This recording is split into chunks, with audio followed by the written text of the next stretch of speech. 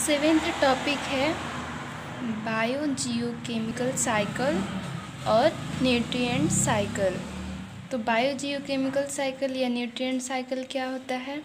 तो देखिए, abiotic components से बायोटिक कंपोनेंट में तथा फिर बायोटिक कंपोनेंट से एबायोटिक कंपोनेंट में न्यूट्रिएंट के ट्रांसफ़र को बायो जियोकेमिकल साइकिल कहते हैं।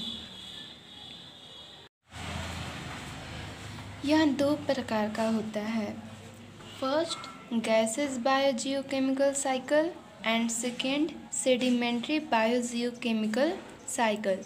तो देखिए, जो गैसेस बायो जियोकेमिकल साइकिल होते हैं उसमें न्यूट्रिएंट्स का सोर्स इन्वायरमेंट होता है, ठीक है।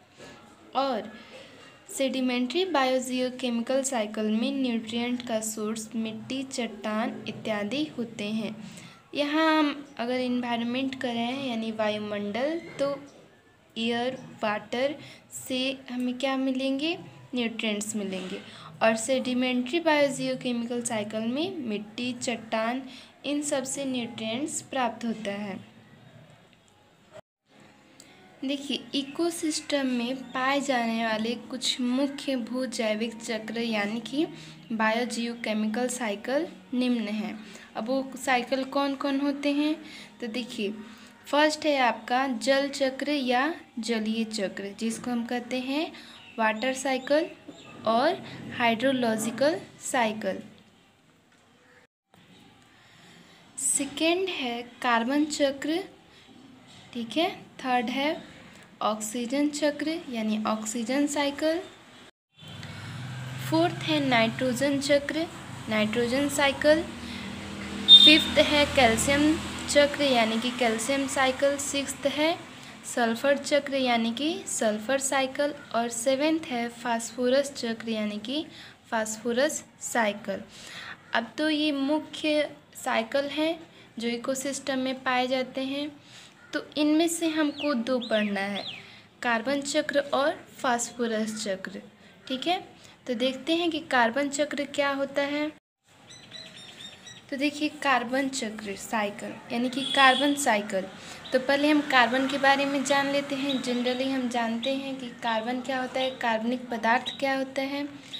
तो देखिए, कार्बन चक्र एक गैसीय चक्र है, ठीक है। हमने पहले भी पढ़ा कि bio geochemical cycle two types के होते हैं, गैसियस साइकिल और सेडिमेंट्री बायो जियोकेमिकल साइकिल। तो जो कार्बन चक्र होता है वो क्या होता है? वो गैसियस बायो जियोकेमिकल साइकिल होता है। देखिए, सभी जीवधारियों में शरीर का समस्त कार्बन वायुमंडल की कार्बन डाइऑक्साइड से प्राप्त होता है। जितने भी जीव हैं तो उनमें जो भी कार्बन होता है या उनको जो भी कार्बन प्राप्त होता है वो कहाँ से प्राप्त होता है? तो वायुमंडल की कार्बन डाइऑक्साइड से प्राप्त होता है। और हम जानते हैं कि वायुमंडल में कार्बन डाइऑक्साइड की मात्रा कितनी है? तो कार्बन डाइऑक्साइड संपूर्ण आयतन का लगभग 0.03% होता है, ठीक है। चलिए हम देखते हैं कि कार्बन साइकिल का प्रोसेस कैसे होता है, ठीक है। तो देखिए, सबसे पहले स्वपोषी पौधे यानी कि ऑटोट्रॉफिक प्लांट्स क्या करते हैं? वायुमंडल से कार्बन डाइऑक्साइड प्राप्त करते हैं और फोटोसिंथेसिस द्वारा कार्बोहाइड्रेट का निर्माण करते हैं। स्वपोषी पौधे क्या हैं? तो स्वपोषी पौधे यानी कि प्रोड्यूसर, ठीक है। वो क्या करते हैं? वायुमंडल से कार्बन डाइऑक्साइड प्राप्त करते हैं और फोटोसिंथेसिस के द्वारा अपना भोजन कार्बोहाइड्रेट बनाते हैं। यहाँ पे इक्वेशन दिखाया गया है। देखिए, फोटोसिंथेसिस के द्वारा लगभग 7 × 10⁻13 kg कार्बन की मात्रा स्थिर होती है, ठीक है। यानी कार्बोहाइड्रेट के रूप में लगभग प्रति वर्ष 7 × 10⁻13 kg कार्बन की मात्रा स्थिर होती है। अब देखिए, यहाँ पे हमने देखा कि फोटोसिंथेसिस के द्वारा कार्बोहाइड्रेट बनाते हैं।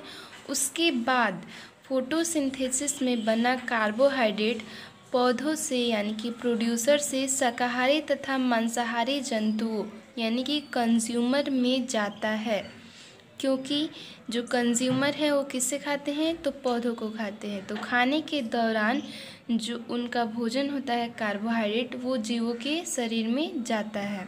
ठीक है।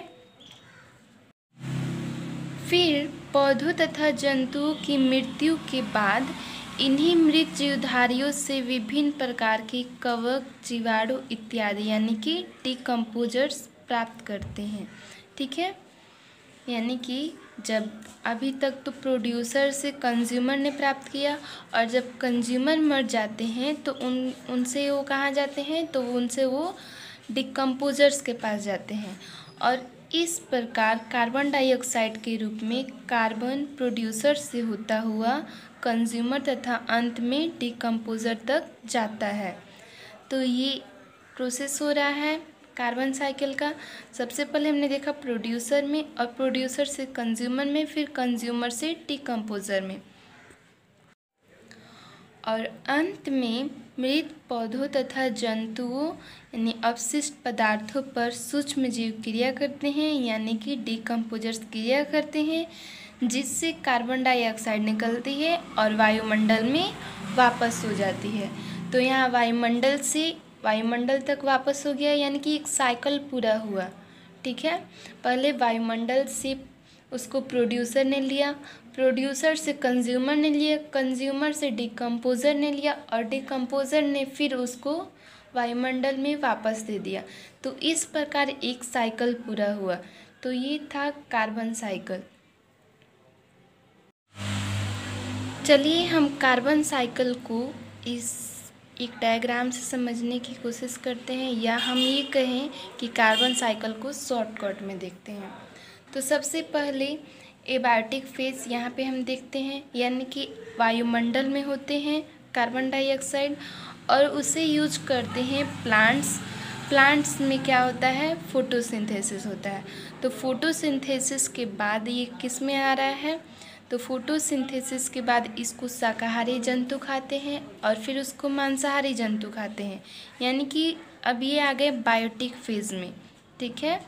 और बायोटिक फेज से क्या होता है, एक्सक्रीशन होता है, एक्सपायरेशन होता है, फिर डिकम्पोजिशन होता है, और उसके बाद पुनः जो कार्बन डाइऑक्साइड होता है, कार्बन जो होता है वो वापस वायुमंडल में आ जाता है, और इस प्रकार एक कार्बन साइकिल पूरा होता है। ठीक है। तो जैसे हमने पढ़ा है बायोजियोकेमिकल साइकिल, उसका डेफिनेशन हमने पढ़ा था कि पहले न्यूट्रिएंट्स को एबायोटिक से बायोटिक और फिर बायोटिक से एबायोटिक फेज में आने के प्रोसेस को हम कहते हैं बायोजियोकेमिकल साइकिल। तो हम यहाँ देख रहे हैं कि जो कार्बन है पहले एबायोटिक फेज में है, फिर यहाँ से आ रहा है बायोटिक फेज में, और फिर यहाँ से एबायोटिक फेज में। इस प्रकार एक साइकिल चल रहा है और कार्बन साइकिल पूरा हो रहा है। तो ये था कार्बन साइकिल। नेक्स्ट हम पढ़ेंगे फास्फोरस साइकिल।